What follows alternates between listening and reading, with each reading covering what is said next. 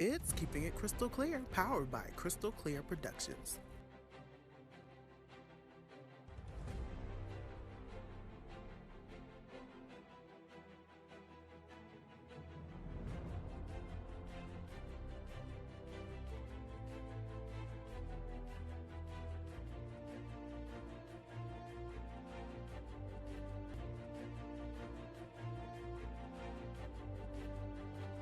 Welcome to Keeping It Crystal Clear.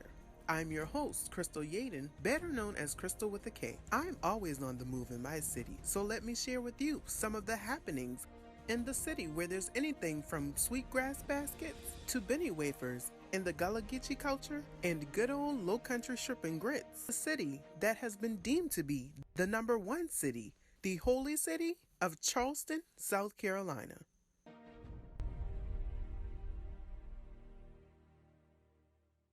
Welcome to Keeping It Crystal Clear. I'm your host, Krystal Yaden, better known as Krystal with a K, and this is our first episode of 2020. So, today is February 29th. It's the last day of Black History Month. So, today I have with me our first guest of the year, Ms. Theresa Hilliard. This is an All Eyes on You segment of Keeping It Crystal Clear, and she is a licensed City of Charleston tour guide. She's also a Gullah storyteller and an author of a new book that she has out called Mama Doonk's Gullah Recipes. Miss Theresa, how are you doing today? I am fantastic. Wonderful. Thank you for being here today. You're welcome. Thank you for inviting me. Yes, Happy to be ma'am. here. So, one of the reasons that I did invite her to be on this show is because I had my Black History Month event this year. On February 8th, so about 3 weeks ago. And it was called the Black History Soul Meet and Eats. I featured different artists. So one of the artists that I was featured was Miss Theresa Hilliard of Mama Doonk's Gullah. Yes. So tell us how you enjoyed about the event. Oh, it was a fantastic event, and it was for a great cause. I really enjoyed myself, enjoyed meeting the other vendors that was there. Okay. So I think that it was really nice. It was a very, very nice event. Thank you. And I commend you. Thank you so much for doing that. Yeah. Thank you. Thank you for being a Absolutely. part. So Absolutely. Gullah storytelling. I'm born and raised in Charleston, South Carolina. It's all up and through here. How did you get started into Gullah storytelling? Well, I got started in it many years ago.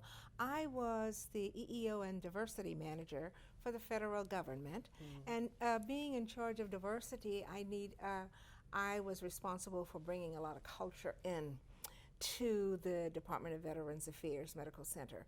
So in researching all of these different cultures, the African Americans Black History Month and Asian American, Native American, women's history, and all of those things, I was responsible for bringing those kinds of things in, programs in to complement, those different ethnicities. So doing that, I sort of started doing research to do that kind of thing. And then after I retired, then I decided that I really love that, and that was a part of my job that I really missed when I was working. So then I started just reading stories and just remembering those stories that was told back in the days, with my grandmother. And then I started really kind of just practicing it and rehearsing it and things like that. So that's what really happened. Like as far as the language, you were just rehearsing the language? Well, the language, I sort of remembered the language a bit because my grandmother was Gullah. Okay. And because my grandmother spoke Gullah, and that was her only language. Wow. And she was my guardian when I was growing up. Actually, she was the guardian of her grandchildren. Okay. Because our parents left with the Great Migration in the 1940s. Wow. So we were all under her guardianship, and her only language was Gullah. So then she taught us what she knew. So Gullah was really my first and only language when I was just a little girl. But then, of course, we learned correct English because Gullah was looked upon as bad English, and you're ignorant, and you're dumb, and all of that. And then our parents, our teachers, taught us because they were very, very insightful. They knew that we were going to have to speak correct English, so they taught us that. So it was something that was sometimes I'll say beaten out of us, but it wasn't really beaten out of us. It was discouraged. We were discouraged from speaking that language. So I really kind of almost forgot about it. I couldn't speak it for a while. So I had to really start thinking about my grandmother, and because I had her until I was in my 30s. So when I would think about her and the things that she would say, then I was able to emulate her and begin speaking the Gullah language again. Okay. Well, that's a very neat story about your family history. Yeah. So I know you said it was looked upon as a kind of a bad language, basically saying that you're probably such an ignorant person. So nowadays, I don't think it's completely looked upon like that. What do you think about the change of that? Oh no, not anymore. Right now, it's it was really Gullah was a language since 1939. I mean, we didn't know anything about it, so we thought that it was still bad English. But we knew that language was the language of the Gullah people, our ancestors, the Gullah Geechee people. That's the language that they spoke, and it's an English-based Creole language, and it has a lot of English words. It has a lot of African words, and even some West Indian words, words that since in the beginning of time, the Africans went through the West Indies, mainly Barbados, before they came here to the South Carolina colony. So they picked up all of those different bits and pieces and put it all together, and that's what that Gullah language really consists of. Okay, and so you being a storyteller, I guess you can basically educate other people about our Gullah culture and language and history, correct? Absolutely, because Gullah is not just a language; it's a whole culture. Yes, it is a culture. Yeah, it's a whole culture, and our ancestors, the Gullah Geechee people, were able to maintain that culture because they came directly to those 5 islands. Edisto Island, Johns Island, James Island, Young's Island, Wadmalaw Island, and they came and they went straight to the islands where they worked on the plantations, and they were surrounded by the Atlantic Ocean, rivers and streams, so they didn't have anybody to really bother them like in urban. If you were in the city, you were around the Europeans all the time. But when out in the rural area on the plantations, you were there to practice, your medicine, your singing, your songs. You brought whatever culture you had in your country in Africa. You were free to embrace that out on the islands because they were, they might have been one white overseer or 2 at the most, and they were there, and no one bothered them, so they could sing and shout and dance and maintain their culture as much of it as they can. Okay, and so you also are a City of Charleston licensed tour guide. So what made you say, hey, I'm going to do storytelling? Then what made you say, well, we know what made you say that, but what made you say I'm going to transition and do a little bit of tour guide work as well? Well, I'm fascinated by history, and living in Charleston. South Carolina. South Carolina was the wealthiest state in the Union or the Confederacy. Actually, in all of the colonies at the time, South Carolina was the wealthiest because of all the plantations. The rice started with the indigo, then the rice, and then the cotton, all of those white gold. So Charleston, South Carolina was so popular, and Charleston actually was the place where 40% of the enslaved people came right through Charleston, South Carolina, and the most of them came off the ship right at Gadsden Wharf, where they're going to build a new museum. Right. So, because Charleston was really the wealthiest city, and this is where 40% of the enslaved people came right into Charleston, and they were auctioned off right downtown on the north side of the old Exchange and Provost dungeon. And of course, later on, they moved to the Old Slave Mart Museum. So, because this was such an important state during that time, I wanted to know more and more about it. So then I just began a campaign of just studying and educating myself about it.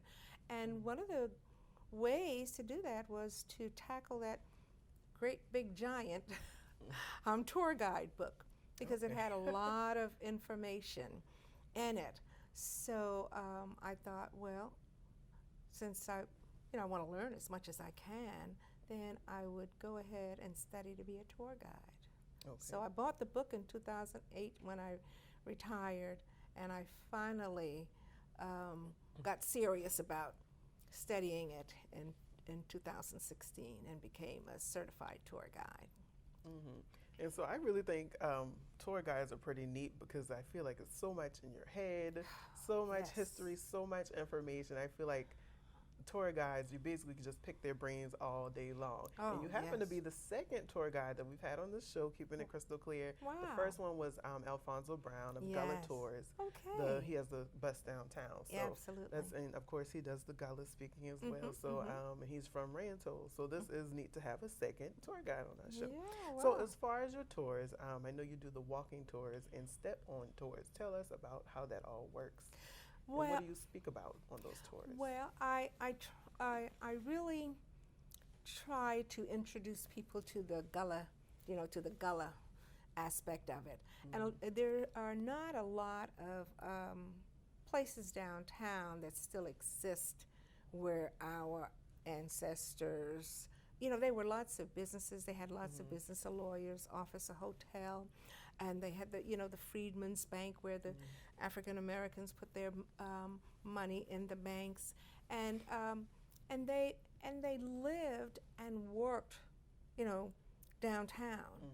So I try to bring out those African Americans or those early Black history sites, so that people will know that we existed, and we lived downtown in the historical district as well, had businesses there.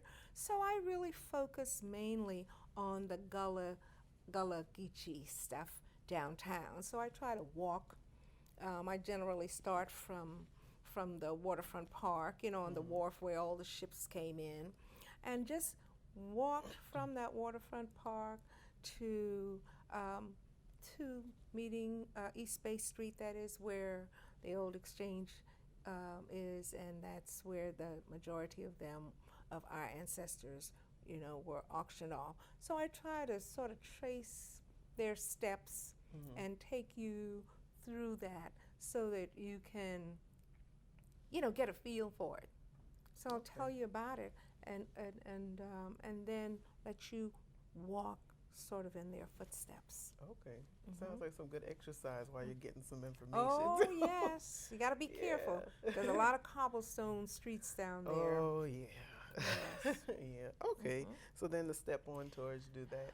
Yeah, and the step-on tours, that's mainly where, if you're coming to Charleston and you want to see the sights, then I'll step on your bus. Okay. And then I will take you around to see the sights in Charleston and talk about the sights. The buses are limited in where they can go, so I do as much as I can to point out places of interest for our Africans, because our African Americans, because that's kind of where I put my focus. But I can do any tours, but I like to do the Gullah Geechee ones. Okay, well that all sounds quite interesting. So now that we've talked about you being a City of Charleston licensed tour guide, we've talked about you basically being a Gullah storyteller. Next up, of course, is your new book, Yes. Mama Doonk's Gullah Recipes. Yes. What gave you the inspiration to create this book? Well, after my aunt died, who was really like my surrogate mother, she was a cook. She was one of the ones that migrated during the 1940s to New York City as a cook. And when she passed away, actually, I sort of inherited her book. I mean, her recipes, I'm sorry. And because, my grandmother and my mother, they didn't write the recipes down. You do a pinch of this and a touch of that and so forth. And she was made probably the only one, because she cooked for a wealthy executive in New York. So she had lots of recipes that she tore out of books and just different things. So she had a little makeshift book with a lot of different recipes. But then the main thing is that I cooked the way my mother cooked when I was growing up and raising my family. The lima beans, the okra soup, the pig feet, and the red rice, and the hoppin' john, and all those kinds of things, So my children grew up eating the things that my mother and my grandmother cooked. So when the children left, they would call home and say, "Well, Mama, how do you make that okra soup? And Mama, how do you make, the greens, and how do you make the red rice and things like that?" So I says, I'm going to write all of this down for them so that they can have it. And then they would say, "Well, look in Big Sis' recipe book and see if she's got a recipe for this, a recipe for that." So it was just one. So I was thinking about copying it, photocopying it or something. And then I decided, no, I'm just, I'm going to kind of put it in a booklet or something, a scrapbook, and have one for each one of the children. So I sort of started doing that, and it really culminated into this cookbook. And they encouraged me says, "Mama, you need to go ahead and publish this." So with their encouragement, it culminated into this Mama Doonk's Gullah Recipes. And it's really, it has recipes from my grandmother, my mother, and also my aunt. And this is just a small amount of it. Hopefully I'll do a second edition one day and maybe put the other recipes in it. Okay. So, and this basically it honors your grandmother, Absolutely. right? It pays homage. Yes, it pays homage to those three very important ladies in my life who were all exceptional cooks. Okay. Well, we also have some pots and pans on the table. Tell us a little bit about those pots and pans. Yes, well, you will see that they're quite rusted and everything. And I let it stay that way because these are actually from my grandmother's house on Edisto Island. Wow. And so these are, I brought these, I have other artifacts as well, but I brought these particularly because we were talking about food today. So I wanted people to see, what the kinds of pots that they cooked with back in those days.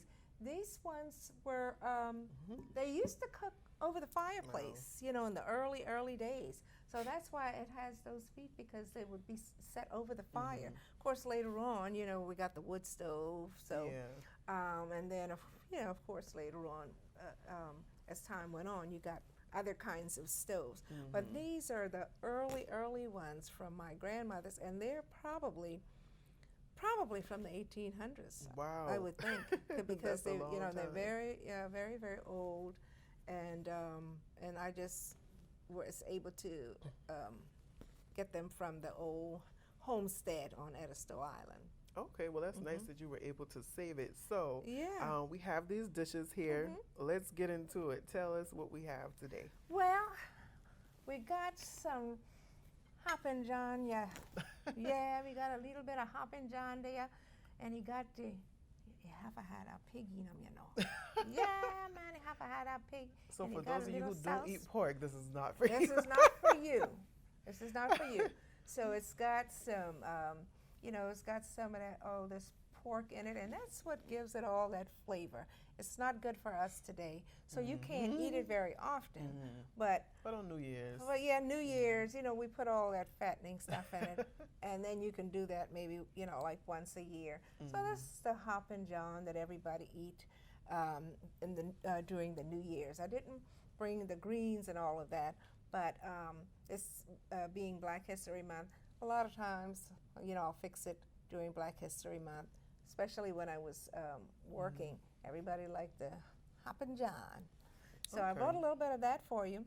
And then this here, back in the days, we ate everything from the rooter to the tutor. Yeah. Yes, and we still eat from the rooter to the tutor today.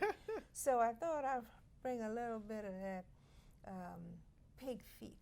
And she's barbecue. Smothered in the barbecue. Oh, yeah. With what, onions is on there too? Oh, yeah. Yeah, okay. Yes, got some onions on there too. Okay.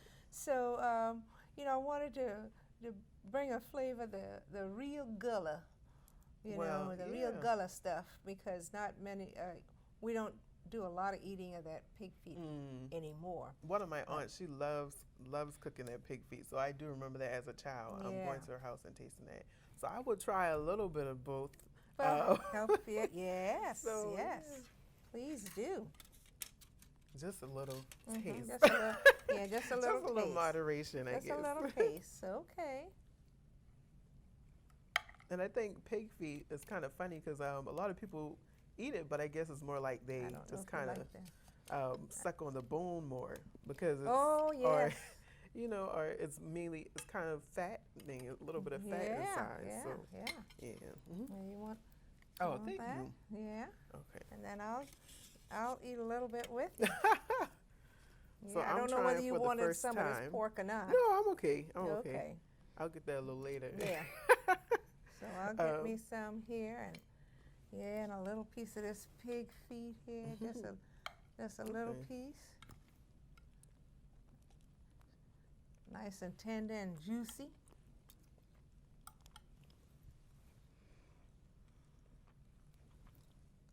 Okay. So that's pretty good. I don't want to eat the whole thing for y'all, so because I know how you go.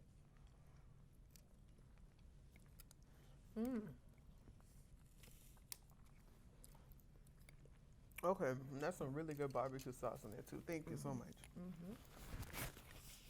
All right, y'all. So that is Mama Duke's Gullah recipes. I guess these two recipes are in the book, correct? Oh yeah, it's in there. It's right there in the book.